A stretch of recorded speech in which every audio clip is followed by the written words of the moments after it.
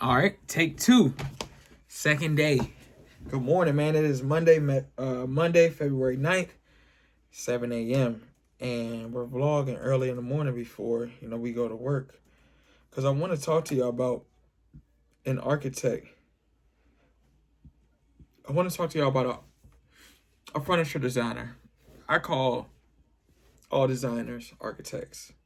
Because in my definition is somebody that is constructing and building their life from every angle, from every moment, and they're doing it so tasteful in a way where it's revolutionary. So in saying that, we all know influencers, famous people, even people who are just getting their house for the first time, right? They always get the Togo as the entry level piece from a person that really doesn't know about furniture that much. They see other people have it. That's the first thing they get. And so Lene Rose, it's a French manufacturer, and they basically, for the past 40 years, still handcraft this fixture, this sculpture, made from Michel Ducaroy in the 1970s. And it's funny to me because there's so many dupes. There's so many. So the difference between the dupes, in my opinion, are the dupes don't last as long. They are stiff, they are rigid, and it isn't Michel Ducaroy's work. So just a little backstory. So Michel Ducaroy, um, his family was always into furniture. So immediately he was going to go into furniture design with that. So once he did that, he started working with Rose, and then they created Lene Rose, and his family had the manufacturing. So he worked there for 2 years and ended up leaving. And then in 1973, he basically created the Togo chair, what we know it as today. And he was inspired from he was inspired from toothpaste. So when you're trying to get that toothpaste, the is some of my hair? No, we good. You're trying to get that toothpaste and you scrunch it up and you see those scrunchies in it. So that is what inspired him to make the Togo. It looks exactly like a scrunched up, toothpaste. And that's where the inspiration came from Michel Ducaroy. So he made it in 1973. And as new technology came in, he could use that fabric. He could use that sunk feel when it comes to that couch and that chair when it was created. It was a lot of pushback too when it was created. People were like, I don't know, but it still won, the best award at the show that year.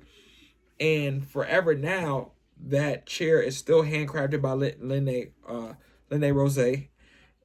And basically, that was a revolutionary moment for him. That's his most profound piece. So I want to talk to y'all, just run through the history a little bit about the Togo. So we'll talk about Michel. So he's a French artist. He was born in 1925 into a family of designers, as I said.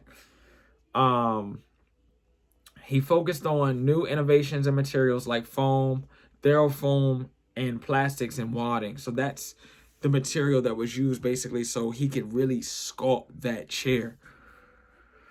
So this is some of his pictures too. I'll show y'all. So that's him, right there. This is him. What else we got? Man, I love y'all learning with me. This is actually, one of my favorite designers. So like I said, 1973, the Togo was born. Let's see if I can get y'all some. Okay, so when he brought it here, it said the main shock was it had no base. Recalls Anton Rose, global marketing director and a great-great-grandson of Lene Rose, the founder of, what we know to now, Lene Rose, the manufacturing place. He said, people thought we forgot or didn't have time to build one when it comes to the fixture and what it really looks like when it came to the Togo. So despite the criticism of the Togo won Rene Gabriel Prize for high quality at a fair price. So this is the orange. I really love this color. The Togo it can be in so many different settings with so many different colors. Like I envision my Togo maybe on a ranch, right? Or maybe in LA like this one was right here. It says nearly 50 years later, the Togo is still in production and continues to be one of Lene Roset's best sellers. The company has sold over 1.2 million pieces to date in 72 countries. They have added new styles and different upholstery options as well, including children's versions and adding arms to some models. Rare original production pieces are highly sought after by collectors because they don't, make the ones from back in the day anymore. And design connoisseurs alike, knowing that their value and collectability are only going to go up over time. So that's one of the main reasons that I'm getting into furniture, because one, it's not a microwavable process. Two, it's art, and I'm sculpting my art with my story, my past, and even with the lip chuck chair, just every single angle.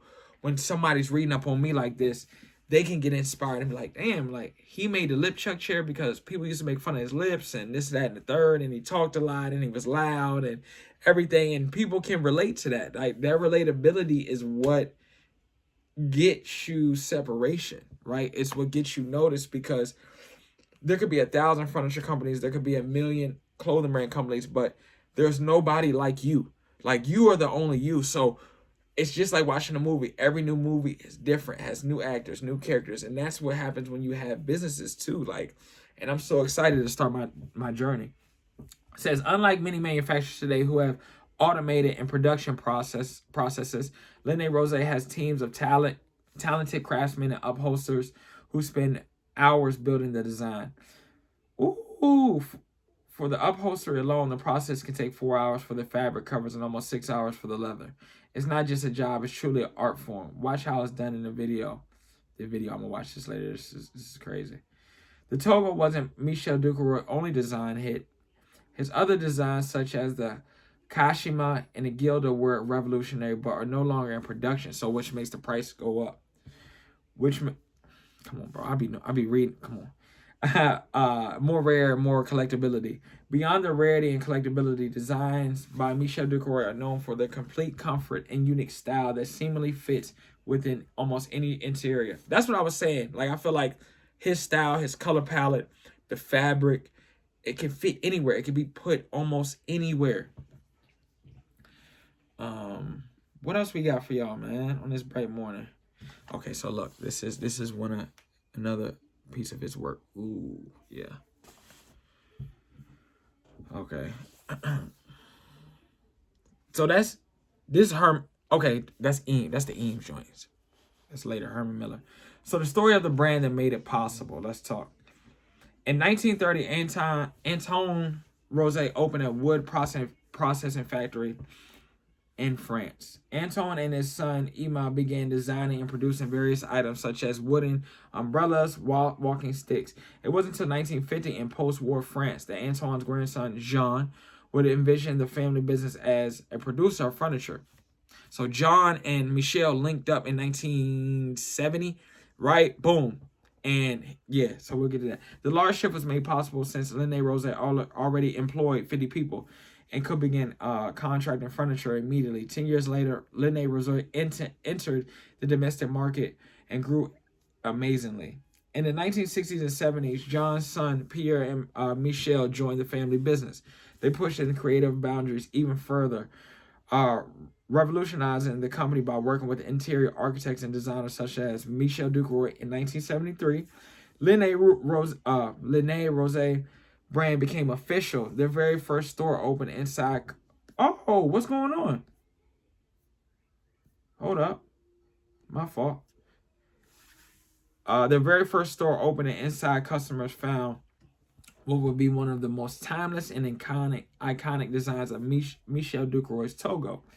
So basically, that's how, I ain't gonna say Michel really helped their family business, but man, like, he linked up with John, and now Lene Rose is one of the biggest, profound manufacturers known to man. Like, I'm sure Paulin uses them, and I'm sure so many French designers use them as well.